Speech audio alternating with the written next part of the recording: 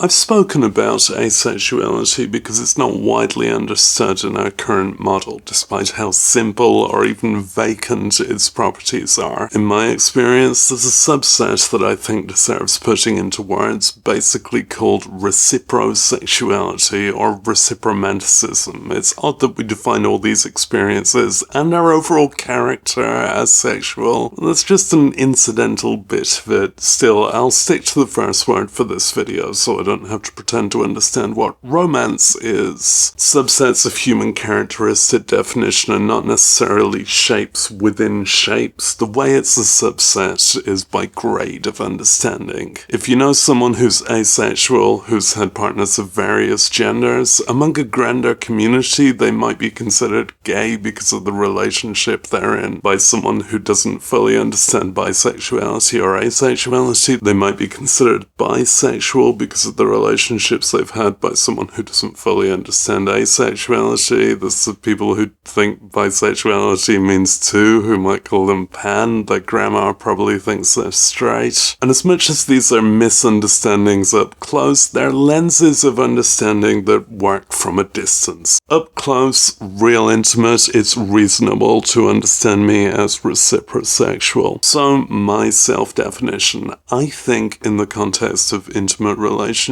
instinctively I exclusively reciprocate others' attraction, not having the instinct or call to initiate attraction. This is a terrible strategy, but it ain't a choice, just how I operate. And at least it has a guaranteed consent rate, and I don't end up creepy, except to everyone who'll just assume I'm creepy because, creeps and prejudice. I'm going to use a lot of singular first person in this video because I'm describing my sincere experience. I'll allow comments, but I would like to discourage them from scrutinizing me. My self-understanding is loose enough to learn and listen from people that I know understand me, but tight enough that strangers' challenges are generally going to be irrelevant. I encourage comments that discuss what I'm mentioning, but defocused from making claims about me. When we discuss things like demisexuality, that's the one where enough of a connection needs to be established before any sexual attraction is felt, reactionary mainstream voices counter with the idea that that's how it works for everyone, that that's just normal, you don't need a flag for it. Literally, I disagree. Through listening to others' experiences, unless it's actually one of those lies people do for holistic society, I interpret that other people find others, even to the extent of strangers or celebrities, sexually attractive and might want to get fucky with people just based on what they look like rather than how much they like you or whether it'd be a pleasant experience, whether they're good company. It seems unlikely that the people perceived as the most attractive are the most satisfying sexual partners. It's far more likely they'd be complacent. Maybe they're the nicest domestic partners because you can aesthetically appreciate them all the time. I'd say it's more about attraction on the individual level than what we're societally influenced to agree about. I've encountered people sincerely describing sexual attraction where they encounter a stranger and feel sexual about them. Something near to a need, a strong want. At least to some people's instincts, that's what attraction is, and I don't recognize it myself. Still, I see the source of the claim that demisexuality is normal, and I don't think it's an offense to believe that. I believe that literally the majority of people have at least some experiences that aren't understood as the preset narrative, and more frank discussion would help us understand this and each other. It might come across like I'm queering normalcy, but it looks that way because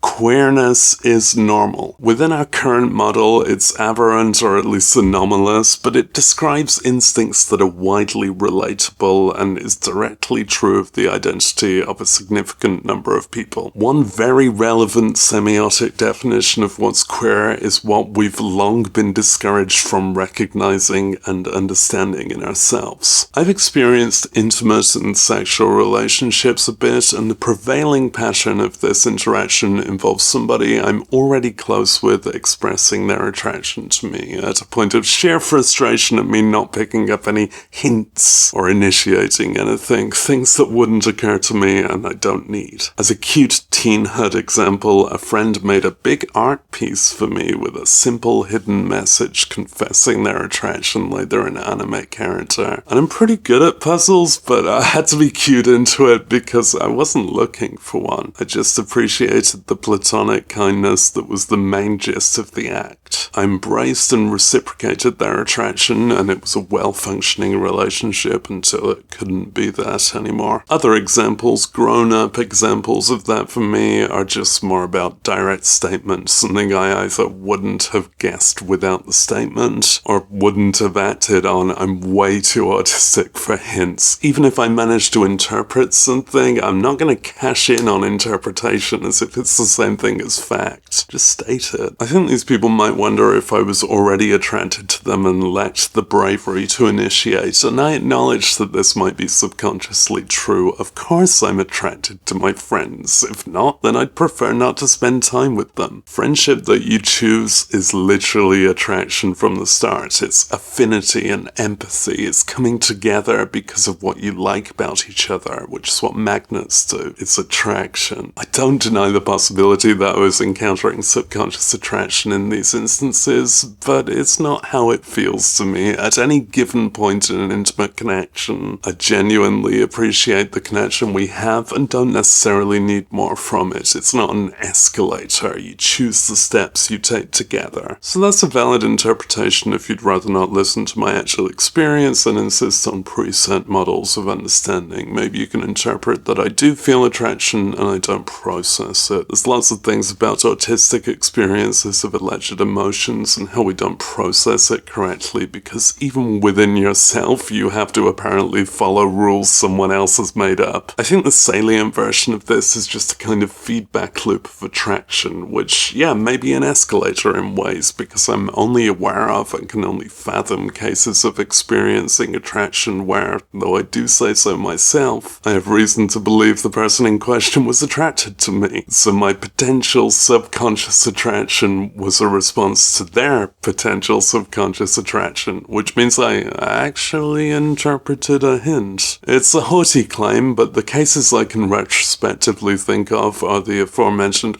it's a video essay now because I said aforementioned. Aforementioned? Like and subscribe. Instances where someone later declared attraction for me. I'm not aware of being inappropriate or harassy to people. Maybe I'm summing up in my self-favorable self-narrative there, but in overview I can cite a pattern, and it's called reciprosexuality. I'm old and flawed enough for there to be some goofy exceptions to this where I try to fit into the construct of dating where there's expectations for people perceived as male to initiate. Acknowledging my mid-20s loneliness and the way that the most accessible model by far was hetero-monogamy, and that I'm quite good at being a supportive partner, but I'm not to people's tastes unless they're interesting people, which itself is a good self-selection. I posed a bit as more extroverted and soon got the elastic band back in the face of doing something so dishonest. I had noticed how alienating the identity of asexuality could potentially be to people I'm otherwise very compatible with, even sexually, so I tried to be open to dating within a traditional model. Not that there is offers. That's kinda ace phobia via low understanding. It's a low crossover because most people I'm compatible with are well informed, but even within that, I see how someone who's not got intimate experience of asexuality might be apprehensive. From an overview definition, and surely true in some people's cases, it sounds like I don't do sex. I like sex within the healthy relationships I've experienced. I reciprocate attraction to the extent that it hopefully feels entirely equal. I think it's really easy to understand, but I'm communicating that in a long video full of paragraphs and flowery words. I'm characteristically a poor advocate for the simplicity I swear I embody. So this awkward rebrand didn't have many actual properties. I didn't assertively identify as sexual, just tried to play the game nobody told me the rules for. Trying to match expectations rather than my own instincts and needs leads to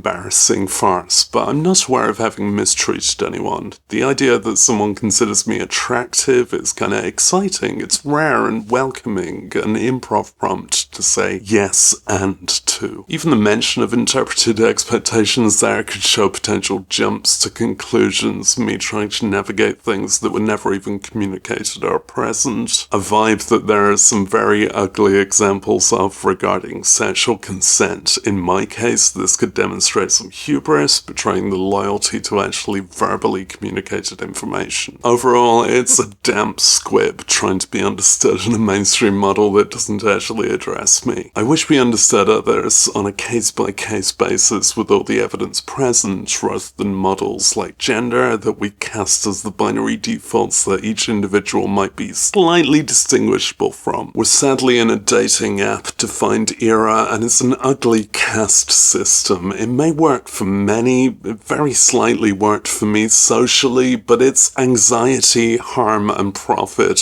are its prevailing characteristics. If I try Hinge now, it tells me 2 or 3 people have liked me to try and keep me hooked. It's so few people that I can distinguish their blurred silhouettes and then never find them because they're not actually compatible with the distance settings I've set. That's a way to keep you hooked, to suggest someone's interested. And it's barely even interest, just them potentially not feeling an immediate fight or flight, but it's so few for me that I have to hope it's enthusiasm. Unless later evidence contradicts this, I consider myself incapable of and uninterested in casual sex, except with friends, and including sex in a relationship with a friend can complicate our instincts and needs. There's a lot to weigh up whether including sex is worth it or precarious. I think how socially remote I am and how grateful for connection and how sweaty and unwell comes across as an off-putting desperation because yeah, that's what it is. For me, the distinction between guaranteed constant agony and a chance at not that is someone's reliable company. It's a gentle, calm need in how I intend to express it, but it's a potentially frantic feeling to process.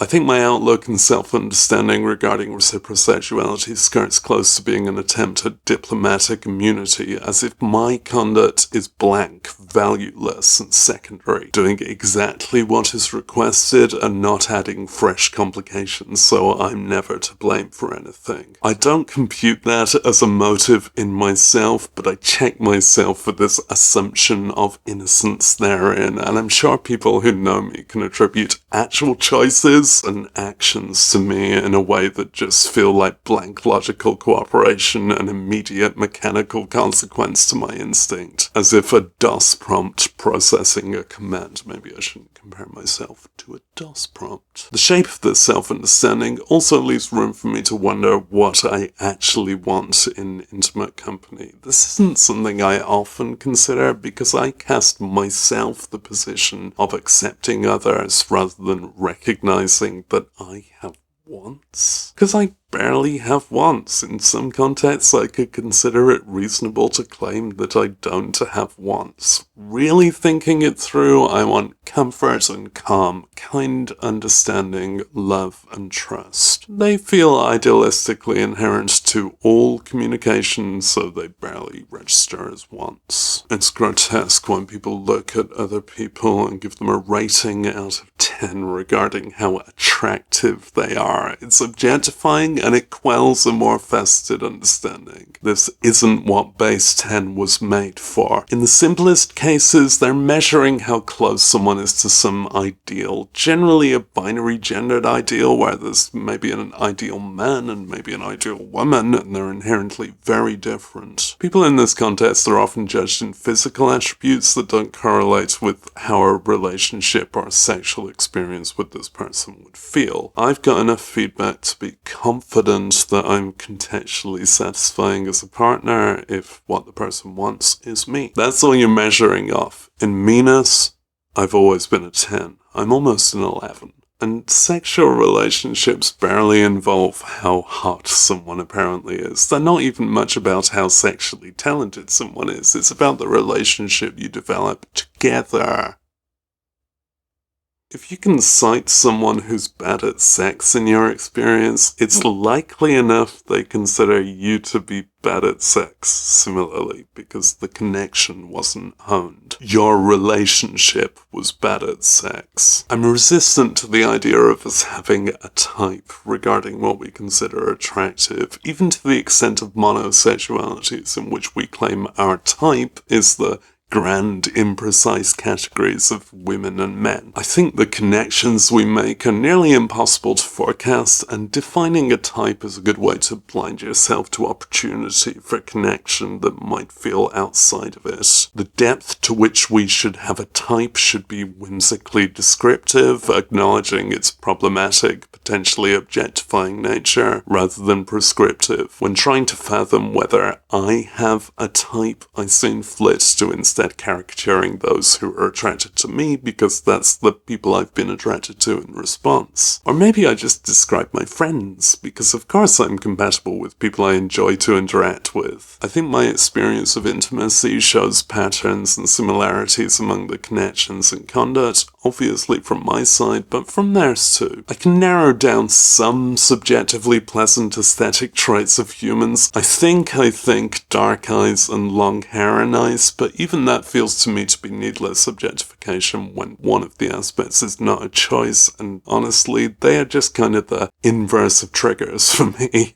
Some physical aspects that people have chosen might repel me, kind of because they were intended to. I think what we choose in how we present is often a show for the sake of affinity. A peacock, but their tail is full of Pokemon cards. That's tattoos and piercings, whatever. You're demonstrating. When I've experienced attraction or simply liking someone, which is attraction, I would cite the things I enjoy about the individual in question, not what several people collectively have in common. And yeah, I'm almost always referring to character rather than physical attributes, is how it sincerely occurs to me. There's a diversity of attributes that I admire, various attributes that definitely don't suit me, and maybe a crossover of those two groups where it's appreciation without attraction, and the ugly shadow crossover where it's things that are bad for me that I go for. I can laud things that could be attractive to others whilst knowing I'm completely incompatible with them. How I've illustrated my understanding of reciprosexuality invites a tragic tale of two. It's always two, and it? Star-crossed reciprosexuals who never actually develop their relationship because nobody has the gall to initiate. But once you actually consider it, nobody even has the whim to initiate. It's not angsty if there's no need or friction. Neither looks back with regret because literally nothing is missing. What you're actually describing is a pleasant friendship, or even a sexless partnership if you think of everything through a sexual lens. Goals might not quite have the audience appeal of Romeo and Juliet. Cartoonishly, in my experience, I've repeatedly been the last male partner or interest undertaken by someone who then learned they're a lesbian. This is fun to recite, and I think the way this shape has recurred in my experience grants me the claim, as long as it disclaims that I'm oversimplifying the connections I'm representing for the sake of the cartoon, and I'm barely male anyway, which is what they liked in me. I don't intend to gather more examples because most people who are age appropriate for a relationship with me now would hopefully have resolved that self-understanding by now. That is, if we accept the monosexuality, where in the very examples I cite, the idea of a static, pure, lifelong monosexuality is already falsified. I think a consideration that's often going to come up is that reciprosexuality is politeness to a fault. Maybe even that I'm emasculated if you think of everything through a masculated lens. Whatever, the narratives you've chosen to be oppressed by aren't my problem. So am I oppressing myself with narrative? I think as long as I keep that question in check, I can do my best not to be. I always intend to describe rather than prescribe, and keeping check on that, looking for what may have changed, is the optimal approach. I think it's a faulty construct to cast an assumption of full sexuality, then try to diagnose why it's not present. Just understand what's present. If we consider sex a pleasant, potentially fulfilling hobby rather than a quasi-taboo need, and that interpretation would probably help us societally, then it's one that's not of particular importance to me. This makes me seem sexually strange compared to constructed norms, but completely normal compared to myself. Cartoonishly again, it can be interpreted as my vampiric need to be invited across a threshold, though I'm way less kinky than most vampires. I like when that's happened. I accept the flattery and privilege of being considered attractive. The threshold isn't your underwear, by the way. And I can reciprocate, hopefully so wholeheartedly that the dynamic feels entirely equal, that the circumstances of ignition become irrelevant and basically forgotten. Then if I'm not invited across the threshold, I think I'd like to claim that it wasn't bubbling up in me anyway, that I wasn't dealing with the tense feeling of unresolved attraction, that I didn't notice any threshold pending. I'll continually check myself in that claim and whether it could be potentially fatuous in any instance. This definition is an obviously convenient way to flatter myself as innocent. It's kind of Puritan and monkish. For my age, by traditional standards, I don't have loads of experience of being close with people. It's only just about enough to observe potential patterns. It's hard to think of examples where quasi-attraction may have been present because it just ain't how I process stuff. The only times I can think of are when later evidence verified it and made it irrelevant to this consideration. I accept the potential impurities in this self-definition if some slight part of my character or actions disrupts the passion of alleged pure reciprosexuality. I would be ready to update my self-understanding. Or just ready to notice that all categorical definitions are imperfect, are overview guides rather than absolute rules. If I or someone who claimed reciprosexuality continually showed evidence of not fitting this description, then there's a problem, but the problem is that person's self-understanding, and we can grant them space to learn. Then there's romance, this thing that humans made up to try and understand attraction and affinity. I think I've done romance. I think I've done it successfully in relationships that involved someone else's initiation and my reciprocation. I dispute that romance has a categorically distinct definition, but I don't dispute that I can participate in it. In trying to weigh up whether I've initiated it, I think a romantic relationship is a commitment to cooperation between two people, or more people, but each permutation of them has their own duologue, where both try to support each other's needs and state their own. I've definitely participated in versions of that was someone else's idea initially, but the initiation is soon irrelevant to the participation. And maybe I contributed to the idea by being lovely. Whether I've initiated one, the consideration brings me to the fatuous forwardness I aforementioned, but I think I was about to undertake a sincere version with someone with whom I have good, octuple-checked understanding that they were ready and willing to undergo a relationship with me, but that was just before COVID lockdown, and I no longer consider myself mobile enough for what I meant to offer then. So maybe at a stupidly long extent of pending, I eventually take what we can ridiculously call initiative. Maybe in the case of two reciprocal characters with tension to confront, it just depends whose long-distance breaking point is technically a bit closer. I wonder if I've had crushes, and I don't feel too pure to acknowledge a crush, but the people I find interesting are the people who find me interesting. QE fucking D. Looking outward for once, I think there's problems in how attraction is considered and actioned in current society, and the joke's mostly on me, because I'm lonely and sad while many others are comfortable within a mainstream model of attraction. Whatever, I didn't choose it. I didn't even choose to be so analytical, it's just a combination of orientation and situation. If I'm critiquing the mainstream model, it obviously involves the gendered model, the hetero model. Men are assumed to make the first move, and it's also kind of assumed to be unwelcome. That's massively unfair on everyone, but there's barely a better way to do it. I don't believe in this binary either, but a closer one to fairness would involve extroverts initiating and introverts wearing high-vis jackets that say,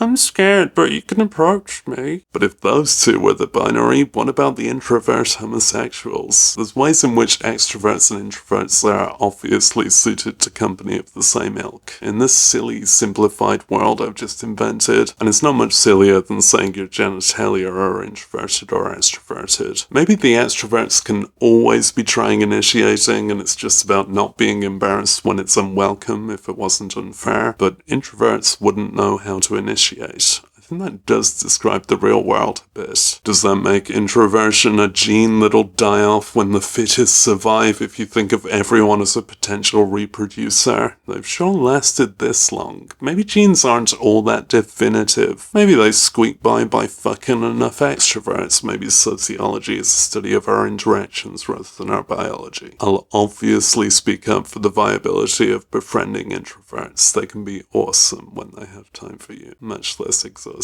There's the rom-com moment of initiating a kiss, and it's hokey, but it kind of illustrates the whole consideration. As an individual, to choose that without full enthusiastic consent and participation from the other is between humiliating and criminal. Humans insufficiently communicate their feelings and needs, so communication might break down to that moment where you're not sure if you're about to kiss or to illustrate the shape of a vase in negative space. I don't know everyone's experience on this to speculate how frequent or accurate it is, but it's feasible and ideally it's potentially beautiful. I've described relationships as decisions you make together, and this moment of transformation crosses the epistemological gap from two individuals to one collective.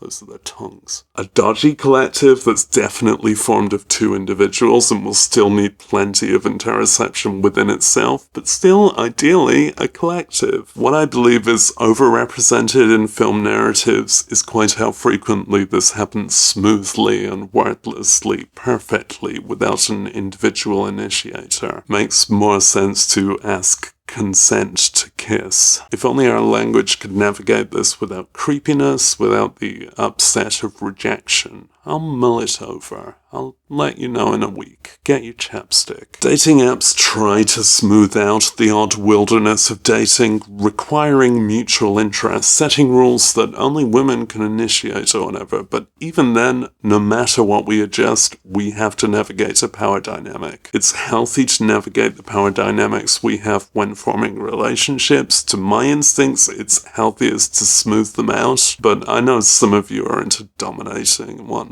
I think all communication has this stuff to an extent, outside of rubbish like families where will to communicate is an annoying prerequisite. We make friends as a micro version of this. We're attracted. We navigate a safe and balanced connection. Another question that's invited by this consideration is, what if I'm not compatible with someone? What if attraction is initiated in a way that I would never reciprocate? It's between a privilege and hilarious that I've kind of not encountered this. Still, you could say the question is contradictory. If attraction is initiated by someone, then I'm compatible with them. It's not about who I am or who they are, but what we have in common and what's between us. Tessellation. A 16-year-old asked me out when I was 26, and I just said I was way too 26 for them. They've since addressed this apologetically, but, learning. I've experienced glimpses of what I assume is drunkard flirtation, but it seems so far from real communication that it directly has the opposite of its intended function. Those are incidental and irrelevant enough to cut out of the video, but I'm just trying to be fully honest. I think some people on the internet find me attractive, and it isn't relevant to my life. Maybe I'll come back with an anonymized sequel if I ever encounter an otherwise safe attraction I couldn't reciprocate.